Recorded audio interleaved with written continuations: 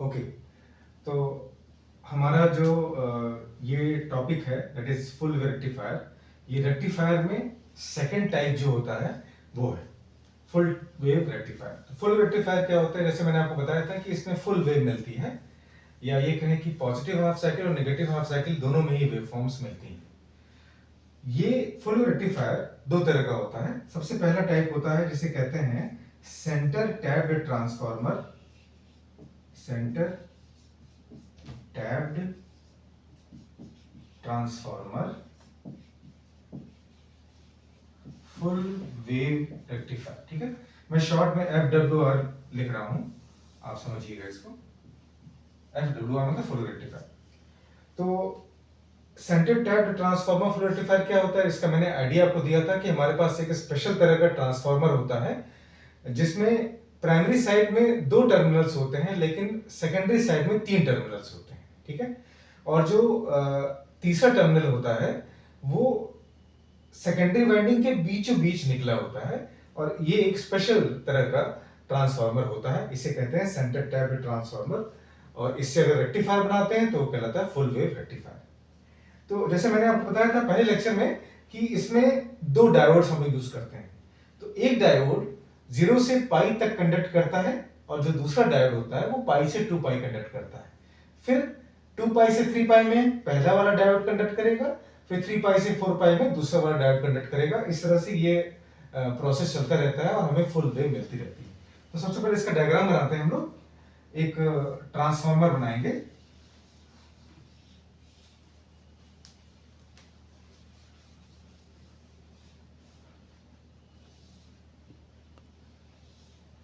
यहां पर हम लोग प्राइमरी साइड में AC सप्लाई अप्लाई करेंगे,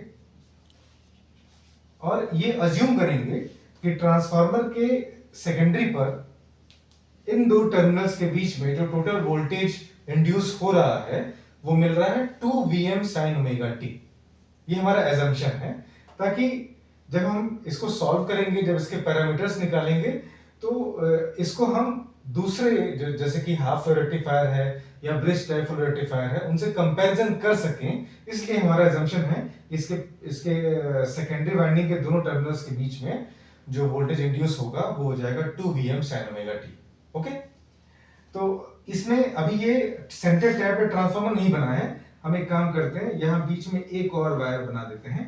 अब देखिए 1 2 3 टर्मिनल्स हो गए, तो इस ट्रांसफार्मर को हम लोग कहते हैं सेंटर टैप्ड ट्रांसफार्मर। ठीक है, अब डायोड्स लगा के रेक्टिफायर कंप्लीट कर लेते हैं। तो चलिए डायोड लगाते हैं। एक डायोड यहां लगाएंगे, एक डायोड यहां लगाएंगे, दोनों के कैथोड को शॉर्ट कर देंगे, और बीच में एक रजिस्टर, लोड रजिस्टर बीच में लगा देंगे। ठीक है, इसको कह देंगे D1, इसको कह देंगे D2, और रजिस्टर को कह देंगे RL, और इसके अक्रॉस जो वोल्टेज डेवलप होगा उसे रिप्रेजेंट करेंगे VOT से। ठीक है, अच्छा, इसमें आप कहेंगे कि सर इसमें ग्राउंड टर्मिनल कहां होगा, तो हम कहेंगे यहां से आप ग्राउंड टर्मिनल बना सकते हैं। This will be your reference point. The centre tap जहां पे सेंटर टैपिंग करी गई है वही रेफरेंस पॉइंट हो जाएगा। तो ये है circuit diagram of A centre tapped transformer full wave rectifier. Now let us see it's working. ठीक है, तो वर्किंग के लिए सबसे पहले हम एक काम करते हैं, पहले एक वेव फॉर्म बना लेते हैं जिससे हमें इसके ऑपरेशन को समझने में आसानी होगी। तो माना कि ये वोल्टेज है Vm sin omega t, x axis पर बना हुआ है ओमेगा t। ठीक है, ये है 0 पाई 2 पाई 3 पाई एंड सो ऑन। ठीक है, और ये जो इसकी पीक वैल्यू है ये है Vm। ठीक है, इसके जस्ट नीचे हम लोग आउटपुट वोल्टेज वेवफॉर्म बनाएंगे, और वो भी ओमेगा t के रिस्पेक्ट में होगा। ठीक है, इसको रिप्रेजेंट करेंगे VOT से। फाइन, तो अभी मैंने आपको बताया कि इन 2 टर्मिनल्स के बीच में जो वोल्टेज अज्यूम कर रहे हैं वो 2 Vm sin ओमेगा t। तो ऑब्वियसली अगर सेंटर पे टैपिंग करी गई है तो आधे हिस्से पे वोल्टेज कितना हो जाएगा Vm sin ओमेगा t, और अगले आधे हिस्से पे हो जाएगा Vm sin ओमेगा t। ठीक है, तो ये अजम्पशन हमारा सही हुआ कि एक डायोड के across voltage Vm sin omega t आ रहा है, और दूसरे डायोड के अक्रॉस वोल्टेज कितना आ रहा है, 2 Vm sin ओमेगा t। तो यहां पे लिख दीजिए कि this is Vm sin omega t। आप थोड़ा बड़ा कर लीजिएगा। ठीक है। और सिमिलरली इन दो पॉइंट्स के बीच में वोल्टेज कितना हो जाएगा, इन दो पॉइंट्स के बीच में Vm sin ओमेगा t। थोड़ा सा मैं इसको मॉडिफाई कर रहा हूं ताकि आपको आउटपुट वोल्टेज दिख सके। Vm sin omega t। Now this is Vm sin omega t, this is Vm sin omega t। Total voltage 2 Vm sin omega t, ठीक है। तो लेट अस सी, अब अगर 0 से पाई इंटरवल की बात करें वर्किंग में, 0 टू पाई इंटरवल, तो इसमें क्या हो रहा है, डायोड D1 फॉरवर्ड बायस हो जाएगा। मुझे बहुत ज्यादा बताने की जरूरत नहीं है, आपको समझ में आ जाएगा। अगर 0 से पाई इंटरवल की बात करें तो हम एक पोलैरिटी अज्यूम करते हैं ना, तो पोलैरिटी अज्यूम हो जाएगा यहां प्लस माइनस। अब इस यहां प्लस है, यहां माइनस है, फिर ये प्लस है, ये माइनस है, तो इस प्लस माइनस की वजह से ऊपर वाला डायोड D1 फॉरवर्ड बायस हो जाएगा, और यहां नीचे इस नेगेटिव साइन की वजह से D2 डायोड क्या हो जाएगा, रिवर्स बायस हो जाएगा, ठीक है। तो हम कहेंगे D1 फॉरवर्ड बायस होगा, D2 रिवर्स बायस हो जाएगा। फाइन। इस केस में जो फॉरवर्ड होता है उसको शॉर्ट कर देते हैं, जो रिवर्स होता है उसको ओपन कर देते हैं। तो नई सर्किट क्या बनेगी, नई सर्किट ये बन जाएगी। मैं ट्रांसफार्मर को बार बार नहीं बना रहा हूं, आपको भी बनाने की जरूरत नहीं है, बस आप शो कर दीजिएगा।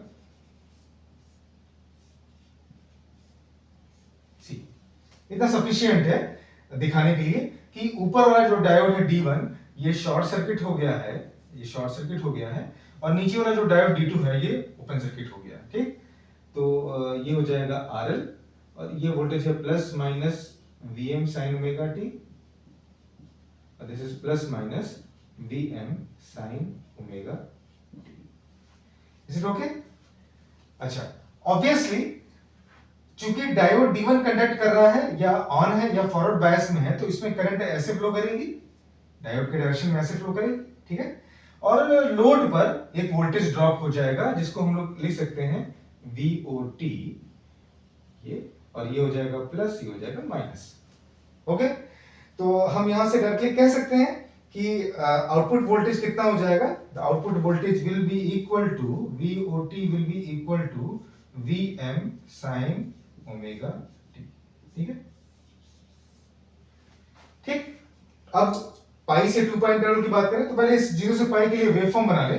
0 से पाई के लिए आउटपुट कितना रहा, Vm sin ओमेगा t, तो सेम वैसा ही वेवफॉर्म बन जाएगा जैसा इनपुट का है।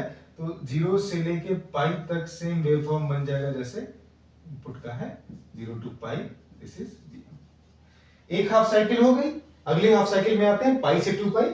तो let us solve pi to 2 pi. Pi से 2 पाई में अजम्पशन क्या हो जाएगा पोलैरिटी का, जो पोलैरिटी हमने मानी थी वो जस्ट अपोजिट हो जाएगी। तो यहां माइनस हो जाएगा, ये प्लस हो जाएगा, ये माइनस हो जाएगा, ये प्लस हो जाएगा। तो बट ऑब्वियस है कि डायोड D2 इस बार फॉरवर्ड बायस हो जाएगा और D1 रिवर्स बायस हो जाएगा, ठीक है। मुझे बहुत ज्यादा इसको बताने की जरूरत नहीं है, आपको समझ में आ रहा होगा। तो हम कहेंगे कि diode D1 will be reverse biased RB and diode D2 will be forward biased FB, ठीक है। तो जो फॉरवर्ड बायस होगा उसको शॉर्ट कर देंगे, जो रिवर्स बायस होगा उसको ओपन कर देंगे। तो हम इस ऐसी सर्किट को रीड्रॉ करें जिसमें इस डायोड को, नीचे वाले डायोड को ऑन कर देंगे, शॉर्ट सर्किट कर देंगे, और ऊपर डायोड को ओपन कर देंगे। तो हम इसको रीड्रॉ करते हैं लाइक दिस। ये ओपन हो गया, बीच में लोड, और यहाँ पे डायोड D2 शॉर्ट सर्किट हो गया, ठीक है। पोलैरिटी क्या होगी, माइनस प्लस। वोल्टेज कितना है, Vm sin ओमेगा t यहां भी है और Vm sin ओमेगा t यहां भी है। अब इसमें करंट कंडक्शन कौन से डायोड के थ्रू होगा, D2 के थ्रू होगा, क्योंकि D2 फॉरवर्ड बायस में आ रहा है। तो करंट ऐसे फ्लो करेगी, ऐसे। तो इसका मतलब करंट कहां, यहां पे कैसे फ्लो करेगी, ऐसे। जब ऐसे फ्लो करेगी तो रजिस्टर पे एक लोड होगा, एक ड्रॉप आएगा VOT, इसको हम लोग VOT से रिप्रेजेंट करेंगे, ठीक है। तो अब हम अगर यहां से VOT निकालें तो सेम वैसा ही है जैसे यहाँ पे बस करंट की डायरेक्शन एंटी क्लॉकवाइज है, यहाँ पे करंट की डायरेक्शन क्लॉकवाइज दिख रही है। तो आउटपुट वोल्टेज यहाँ भी कितना आ जाएगा, Vm sin ओमेगा t। तो hence output voltage VOT will be equal to Vm sin omega t। अब आप देख सकते हैं कि दोनों ही हाफ साइकिल में, यहां गौर करिएगा, 0 से पाई और पाई से 2 पाई में दोनों का आउटपुट वोल्टेज सेम आया, और दोनों के आउटपुट वोल्टेज की पोलैरिटी भी सेम आई। चेक इट, प्लस माइनस, यहां भी प्लस माइनस। इसका मतलब ये हुआ कि जैसा वेव फॉर्म 0 से पाई तक के इंटरवल में बनेगा वैसा ही सेम टू सेम जो ग्राफ होगा, डायग्राम होगा, सिग्नल होगा, वो पाई से 2 पाई के बीच में भी बनेगा। तो 0 से पाई के बीच में ऐसा वेवफॉर्म आया है, इस डायरेक्शन में आया है, तो पाई से 2 पाई भी ऐसा आएगा। एंड इसके बाद हम लोग ये कह सकते हैं कि चूंकि एक कंप्लीट साइकिल हो चुकी है, तो यही साइकिल, यही वेवफॉर्म बार बार रिपीट करेगी। तो 0 से पाई में इतना, 2 पाई, फिर 2 पाई से 3 पाई भी सेम वेवफॉर्म, 3 पाई से 4 पाई भी सेम वेवफॉर्म, एंड सो। इसको कहते हैं हम लोग फुल वेव। ठीक है, समझ में आ गया? तो इस तरह से ये इसकी वर्किंग है। आप इसको इलैबोरेट करके अपने सेंटेंस के फॉर्म में भी ले सकते हैं, जैसे कि in the interval 0 to pi, diode D1 is forward biased, hence it will be short circuited, and diode D2 is reverse biased, hence it will be open circuited. The resulting circuit diagram is shown below. और ऐसे करते हुए हम इसको explain भी कर सकते हैं, और अगर किसी को समझाना है तो हम ऐसे वर्बली भी समझा सकते हैं। फाइन। तो अब ये इसकी वर्किंग कंप्लीट होती है। अब हम लोग आते हैं इसके पैरामीटर्स पे। ठीक है, तो जैसे हम लोगों ने हाफ वेव में पैरामीटर फाइंड किया, वैसे ही centre tap transformer full rectifier में भी पैरामीटर्स फाइंड करेंगे। फाइन। तो मैं इतना मिटाता हूं यहां पे, और यहां पे पैरामीटर फाइंड करता हूं। ठीक है, अब देखिए पैरामीटर में मैं क्या करूंगा, अब मैं इंटीग्रेशन बहुत डिटेल में सॉल्व नहीं करूंगा, क्योंकि इंटीग्रेशन सॉल्व करने का तरीका मैंने आपको हाफ वेव में बताया। ठीक है, कैसे हाफ वेव में सॉल्व करते हैं। तो बस मैं यहाँ पे फॉर्मूले में पुट कर दूंगा, और उसके बाद उसका रिजल्ट जो आएगा वो लिख दूंगा। ठीक है, फॉर्मूले को में इंटीग्रेशन को बहुत डिटेल में सॉल्व करने की जरूरत है नहीं। किसी को अगर डाउट होगा तो वो मुझसे इंडिविजुअली पूछ सकता है कि सर मुझे इंटीग्रेशन भी बता दीजिए, तो मैं उसको किसी भी माध्यम से बता दूंगा। फाइन। तो सेंटर टाइप ट्रांसफार्मर का सबसे पैरामीटर नंबर 1 फाइंड करते हैं। पैरामीटर्स में पहला पैरामीटर फाइंड करते हैं VDC या V एवरेज। ठीक है, मैं मार्कर चेंज करता हूं, थोड़ा और डार्क रहे तो अच्छा है। ठीक, VDC या V एवरेज। इसमें क्या करते हैं हम लोग, फॉर्मूला यूज करते हैं 1/T integration 0 to T function of T dt, सबको पता है। ठीक है, बस फॉर्मूले में पुट करते हैं। कैपिटल T कितना रखें यहाँ पे, तो कैपिटल T क्या होता है, टाइम पीरियड होता है, और यहां पर VOT या आउटपुट वोल्टेज को देखकर ये क्लियर हो रहा है कि पाई इंटरवल के बाद ये ग्राफ फिर रिपीट कर रहा है, फिर रिपीट कर रहा है, फिर रिपीट कर रहा है। इसका मतलब इसका जो टाइम पीरियड हो जाएगा कैपिटल T हो जाएगा, कितना होगा, पाई। तो hence T will be equal to pi. बस अब इसको यहां पर रखना है और इंटीग्रेशन को सॉल्व करना है। तो यहां रखेंगे 1/पाई इंटीग्रेशन 0 से पाई VOT, FT की जगह VOT T, और VOT है कितना, 1/पाई इंटीग्रेशन 0 से लेके पाई VM sin omega t d omega t। ठीक है, VOT d ओमेगा t कर दीजिए। अब साइन का इंटीग्रेशन आपको पता है, minus cos omega t, upper limit lower limit put करेंगे तो उससे आंसर आ जाएगा। सीधे आंसर लिख रहा हूं, it will be equal to 2Vm by pi. इसको याद कर लीजिए, और आप इसको एक स्टेप में निकाल भी सकते हैं। It will be 2Vm by pi. Now second parameter is VRMS, root mean square voltage. तो इसको लिखेंगे VRMS।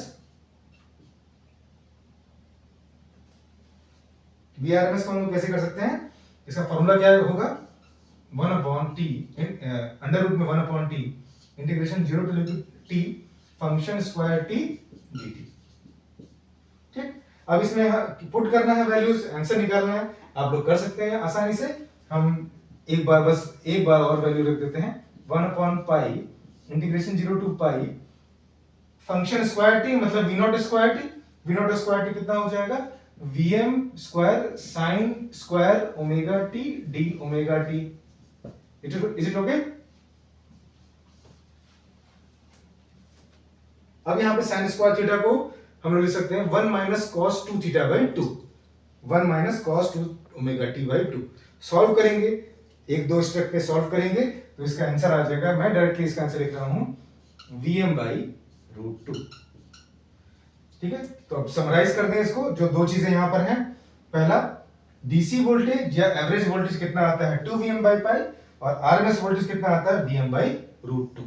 ठीक है, अब हम नेक्स्ट पैरामीटर फाइंड करते हैं आईडीसी और चौथा पैरामीटर फाइंड करते हैं आईआरएमएस। तो आईडीसी और आईआरएमएस फाइंड करते हैं।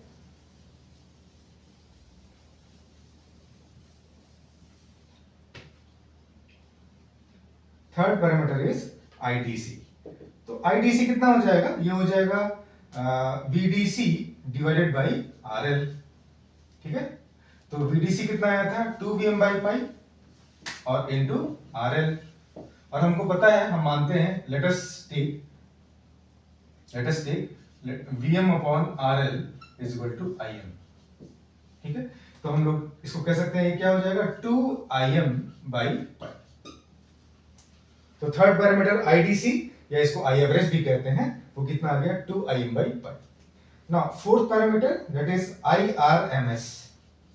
आईआरएमएस कितना हो जाएगा, ये हो जाएगा वीआरएमएस होल डिवाइडेड बाई। अब यहाँ पे थोड़ा सा यहाँ पर कुछ हम लोग ध्यान देते हैं, जो काम हम लोगों ने हाफ वेव में किया था वही काम यहाँ भी करना है कि आरएमएस वोल्टेज, आरएमएस करंट निकालने के लिए हमें क्या करना होगा, पूरे लूप में जितने भी एलिमेंट्स लगे हैं सबका रेजिस्टेंस अपीयर होगा एसी करंट या आरएमएस करंट के लिए। तो सर्किट को फिर से अज्यूम करिए। सर्किट को अज्यूम करेंगे तो क्या दिखेगा, मैं सर्किट को यहाँ पे बना देता हूँ शॉर्ट में। इस तरह का प्राइमरी था, इस तरह का सेकेंडरी था, यहाँ पे सेंटर टैपिंग थी, डायोड और यहाँ पे रजिस्टर एंड यही सर्किट थी। तो एक बार में या एक हाफ साइकिल में एक ही डायोड कंडक्ट कर रहा है ना, तो हम उसी के अकॉर्डिंग निकाल सकते हैं। तो यहाँ पे देखिए, अगर हम ये अज्यूम करें कि let RS is the secondary winding resistance, secondary winding resistance, तो हम ये कह सकते हैं कि आधे पे या सेंटर पर अगर हमने टाइपिंग कर दी है तो आधे पार्ट, सेकेंडरी के आधे पार्ट का रेजिस्टेंस कितना हो जाएगा RS बाई 2। इसी तरह से नीचे वाले में कितना हो जाएगा RS बाई 2। तो चूंकि एक बार में एक ही डायोड कंडक्ट कर रहा है, तो इस करंट के रास्ते में कौन कौन से एलिमेंट्स आ रहे हैं, सेकेंडरी का आधा वाइंडिंग, लोड रजिस्टर और डायोड। तो डायोड का रेजिस्टेंस जो फॉरवर्ड रेजिस्टेंस होता था RF वही लिखेंगे। सेकेंडरी वाइंडिंग का रेजिस्टेंस अगर टोटल का RS है तो आधे का कितना हो जाएगा RS बाई 2 और लोड हमें पता है RL। तो हम लोग यहाँ पे सिंपली क्या लिखेंगे, it will B RS by 2 plus RF plus RL। Is it okay? RS by 2 यहाँ का रेजिस्टेंस इतने का, RF कितना हो जाएगा डायोड का फॉरवर्ड रेजिस्टेंस और RL क्या हो जाएगा लोड का रेजिस्टेंस, अगर एक बार के कंडक्शन की बात हो रही है तो। ठीक है, अब हम ये जानते हैं, मैंने कल भी बताया था पिछले लेक्चर में कि RS और RF ये दोनों इतने छोटे होते हैं कि RL की तुलना में इसको इग्नोर कर देते हैं। तो हम लोग कह सकते हैं कि since RS by 2 plus RF is very very small than RL, hence the whole quantity can be ignored and the value will be equal to VRMS divided by RL। और VRMS कितना आया था, VM upon root 2 times RL, और Vm upon RL को हम लोग क्या कहते हैं, क्या कह रहे हैं IM, तो ये हो जाएगा IM अपॉन रूट 2। तो इस तरह से हमारा IRMS भी आ गया IM बाई रूट 2। IDC कितना आ गया 2IM बाई पाई। तो हमारे चार पैरामीटर्स आ गए, VDC, VRMS, IDC, IRMS। अब हम लोग बाकी पैरामीटर्स फाइंड करते हैं। पांचवा parameter that is our ripple factor. Fine, तो इसको फाइंड करते हैं। मैं इसको रब कर रहा हूं।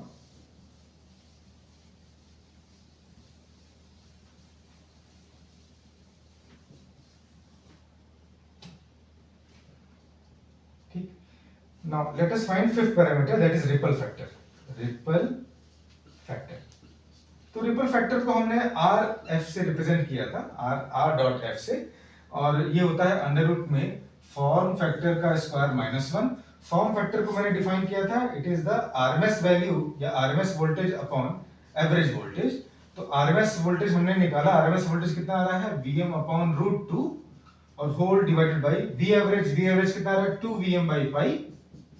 ठीक है, इसको सॉल्व करेंगे, Vm कट जाएगा तो ये वैल्यू आ जाएगी pi 1 upon root 2 into 1 upon root 2 into pi by 2, 2 रूट 2। ठीक है, इतना। और इसको सॉल्व करेंगे तो ये वैल्यू आती है 1.11।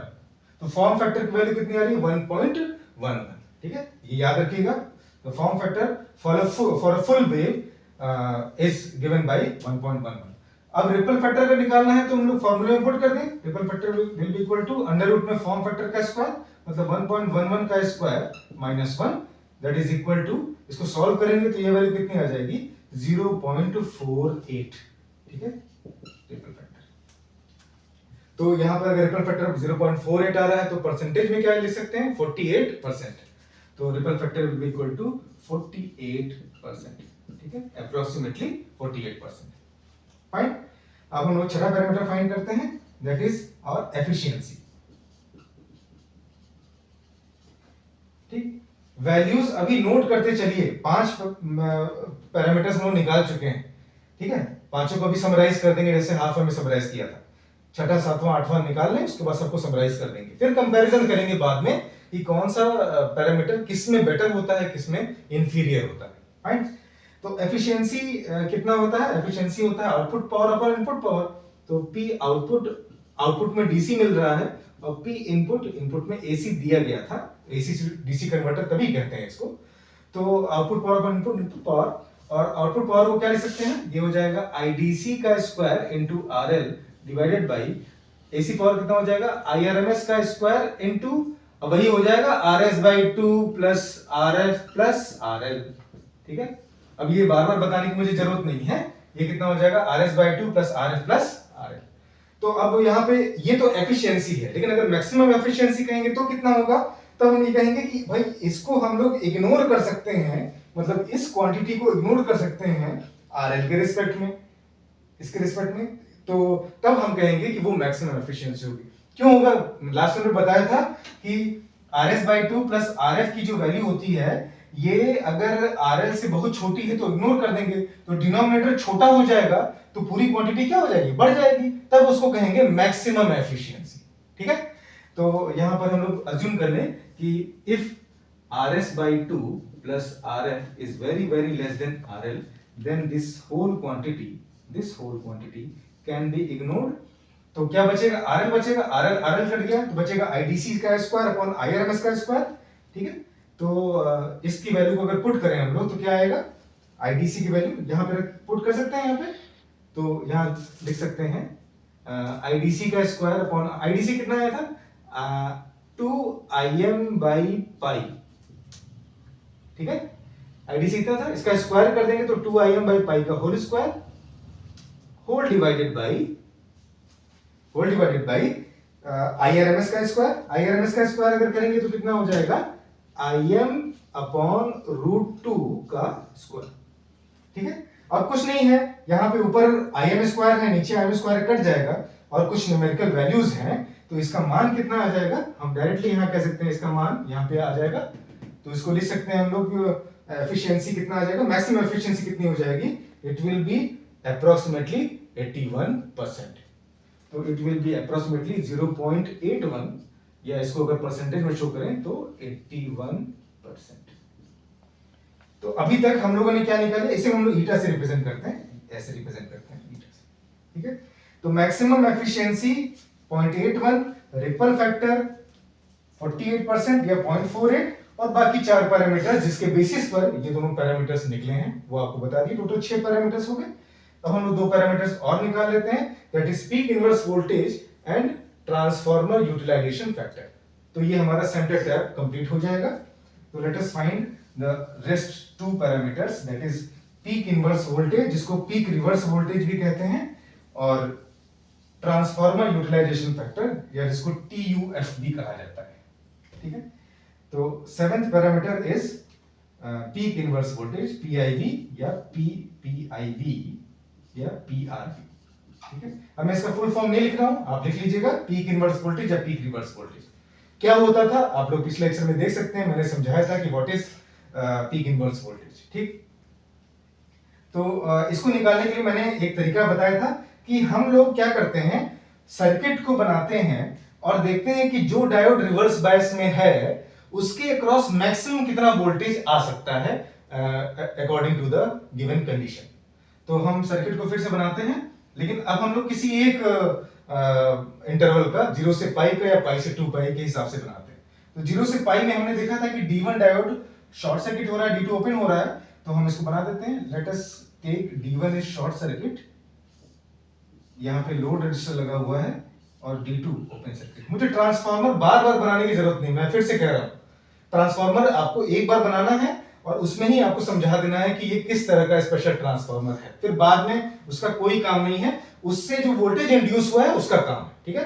तो वोल्टेज जो इंड्यूस हुआ है वो यहाँ पे कितना हो रहा है, plus minus Vm sin omega T, और ये plus minus Vm sin omega T. Is it okay?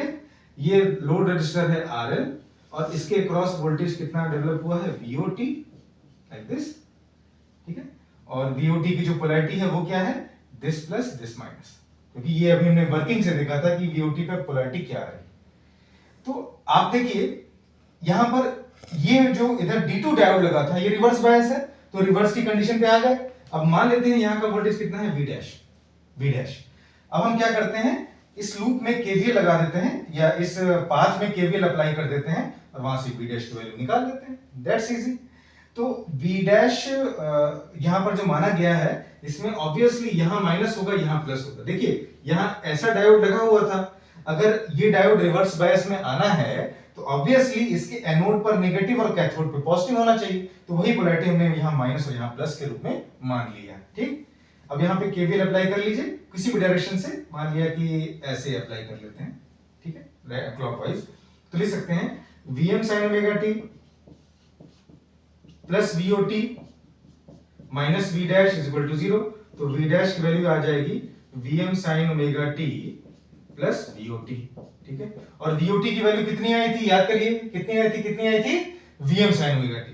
तो Vm sin omega T, Vm sin omega T add कर देंगे, कितना हो जाएगा 2 Vm sin ओमेगा टी, तो हो जाएगा 2 Vm sin omega T V dash. और हमने ये कहा था कि अगर पीक निकालना है या मैक्सिमम निकालना है तो LHS का मैक्सिमम RHS का मैक्सिमम हो जाएगा, और RHS में साइन का सिग्नल है और साइन के सिग्नल का मैक्सिमम मान कितना होता है 1, तो इसीलिए इसकी मैक्सिमम वैल्यू कितनी हो जाएगी 2Vm। तो हम यहां कहेंगे कि the peak inverse voltage must be greater than equal to 2Vm, ठीक है। तो इस तरह से हमारा पीक इनवर्स वोल्टेज आ गया, that must be greater then 2Vm। तो ये बहुत इंपॉर्टेंट पॉइंट है कि किसी सेंटर टाइप ट्रांसफार्मर का PIV कितना होना चाहिए। तो हमारा जो नेक्स्ट पैरामीटर है, आखिरी पैरामीटर जिसको हम लोग कहते हैं टफ या ट्रांसफार्मर यूटिलाइजेशन फैक्टर, उसको देख लेते हैं कितना होता है। 8th parameter is transformer utilization factor. Transformer utilization factor की वैल्यू कितनी होती है, 0.672, या इसको अगर परसेंटेज में लिखें तो परसेंटेज में कितना हो सकता है 67.2%, ठीक है। तो टफ क्या होता है, पीक इनवर्स वोल्टेज क्या होता है, ये सब कुछ मैंने पिछले लेक्चर में आपको एक्सप्लेन किया था। What is peak inverse voltage and what is transformer utilization factor, ठीक है। तो अब हम इसकी समरी देख लेते हैं। समरी में फर्स्ट पॉइंट आ गया हमारा VDC, that is 2Vm/pi। RMS voltage आ गया Vm/√2। DC करंट या एवरेज करंट आ गया 2Im/pi। RMS करंट कितना आ गया Im/√2। रिपल फैक्टर आ गया 48%। एफिशिएंसी कितनी आ गई 81%, अप्रोक्सीमेटली है, अप्रॉक्स है। एंड पीक इनवर्स वोल्टेज कितना आ गया 2Vm के बराबर या उससे बड़ा। और लास्ट जो है that is transformer utilization factor, it will be equal to 67.2%। तो इस तरह से ये 8 पैरामीटर बहुत इंपॉर्टेंट है, आप लोग इसको याद कर लीजिए। और एक इंपॉर्टेंट चीज बता के मैं इसको एंड करता हूं कि जब हम लोग bridge type full wave rectifier पढ़ेंगे तो चूंकि वो भी फुल वेव रेक्टिफायर है और ये भी फुल वेव रेक्टिफायर है, तो दोनों के अधिकांश पैरामीटर, मैक्सिमम पैरामीटर सेम आएंगे, और जो डिफरेंस आएगा वो लास्ट के 2 पैरामीटर्स में ही आएगा, that is peak inverse voltage and transformer utilization factor. तो हम लोग नेक्स्ट लेक्चर में मिलते हैं और हम लोग डिस्कस करते हैं what is a bridge type full rectifier. तो उसी में मैं ये भी बता दूंगा कि ब्रिज टाइप फुल रेक्टिफायर को सेंटर टाइप से ज्यादा प्रेफरेंस क्यों दिया जाता है। ओके, तो let us end this lecture here and we will meet in the next lecture with bridge type full rectifier. Okay, thank you. अब आठवां पैरामीटर की बात करते हैं। आठवां पैरामीटर होता है ट्रांसफार्मर यूटिलाइजेशन फैक्टर। मैं इसको डिराइव नहीं कराता हूं, मैं डायरेक्टली इसकी वैल्यू लिखता हूं। इसकी वैल्यू हो जाएगी 0.57 अप्रोक्सीमेटली 576 या 572 है, व्हाटएवर। तो 57 पॉइंट समथिंग है, यू कैन सी। ठीक है, और अगर परसेंटेज में शो करेंगे तो ये हो जाएगा 57.2। ठीक है, let me check it first कि इसकी वैल्यू कितनी होती है, क्योंकि एग्जैक्ट वैल्यू आपको दे देंगे तो आपको ठीक रहेगा। 57.2 इज करेक्ट। ठीक है, तो 57.2%। तो टफ हो गया 57.2। तो इसको समराइज कर देते हैं एक बार, क्या क्या वैल्यूज आई हैं। मैं वेवफॉर्म को रब कर रहा हूं। वेवफॉर्म में बस क्लियर हो गया है कि आउटपुट वोल्टेज क्या आ रहा है, फुल वेव आ रहा है। मैं इसको रब करता हूं और इसी की जगह पे समराइज करके 8 वैल्यूज लिख देता हूं जल्दी से। पैरामीटर नंबर 1 VDC या V एवरेज, इसकी वैल्यू कितनी आई 2Vm/5। पैरामीटर नंबर 2 VRMS, इसकी वैल्यू कितनी आई Vm/√2। Third parameter is IDC या I एवरेज, इसकी वैल्यू कितनी आई 2Im/pi। ठीक है, चौथा पैरामीटर है IRMS, इसकी वैल्यू कितनी आई Im/√2। पांचवा पैरामीटर क्या है रिपल फैक्टर, इसकी वैल्यू आ गई 48%। ठीक है, या 0.48। छठा पैरामीटर आ गया आपका एफिशिएंसी या मैक्सिमम एफिशिएंसी, और इसकी वैल्यू कितनी आ गई, रिपल फैक्टर की वैल्यू 48 और एफिशिएंसी की वैल्यू 81%। सेवेंथ पैरामीटर है पीक इनवर्स वोल्टेज, और इसकी वैल्यू आ रही थी ग्रेटर देन 2 Vm। और एट्थ पैरामीटर है ट्रांसफार्मर यूटिलाइजेशन फैक्टर, और इसकी वैल्यू आती है 57.2%। तो ये समरी है किसी centre tapped transformer full wave rectifier के सभी पैरामीटर की वैल्यू। ठीक है, ये सभी पैरामीटर की वैल्यू आ गई 1 से लेकर 8 तक। आप इसको याद कर लीजिएगा। तो इस तरह से हमारा centre tapped transformer full wave rectifier complete होता है। अब हम लोग नेक्स्ट लेक्चर में कोशिश करेंगे कि हमारा ब्रिज टाइप रेक्टिफायर हो जाए। अच्छा, ब्रिज में एक काम करना होगा कि सर्किट तो अलग है क्योंकि उसमें 4 डायोड्स होते हैं, आपको बताया था। उसकी वर्किंग थोड़ी सी अलग है क्योंकि चारों डायोड्स को देखना होता है कि कौन ऑन होंगे, कौन ऑफ होंगे, कौन फॉरवर्ड में आएंगे, कौन रिवर्स में आएंगे। फिर लेकिन मिलेगा तो फुल वेव ही ना। तो अगर फुल वेव मिलेगा तो इसमें से बहुत सारे पैरामीटर्स, मैक्सिमम पैरामीटर्स कॉमन आएंगे और उनकी वैल्यू हमें निकालने की जरूरत ही नहीं है। कौन कौन से, जैसे VDC हो गया, VRMS हो गया, IDC हो गया, IRMS हो गया, रिपल फैक्टर हो गया। ठीक है, मैक्सिमम एफिशिएंसी हो गया। बस यहां पर फर्क होता है पीक इनवर्स वोल्टेज का और ट्रांसफार्मर यूटिलाइजेशन फैक्टर। ठीक है, तो यही दो एडिशनल वैल्यूज हैं जो कि ब्रिज में डिफर करती हैं सेंटर टैप से। अदरवाइज बाकी सारे पैरामीटर्स की वैल्यू सेम होती है। ठीक है, एक और चीज, जैसे हमने यहां पर जब हमने AC रेजिस्टेंस निकाला था, याद करिए, जैसे IRMS निकाला था, तो हमने लिखा था ना कि IRMS is equal to VRMS divided by RS/2 plus RF plus RL। तो वहां पे क्या होगा, वहां पर हमें ये ध्यान देना होगा कि करंट किन किन एलिमेंट से होके जा रही है। तो हम ये डिस्कस करते हैं जब हम लोग ब्रिज टाइप फुल रेक्टिफायर में आते हैं। ठीक है, फिलहाल के लिए हमारा सेंटर टैप ट्रांसफार्मर कंप्लीट होता है। नेक्स्ट लेक्चर में हम मिलते हैं तो हम लोग वहां पे ब्रिज टाइप फुल रेक्टिफायर पढ़ते हैं। Okay, thank you.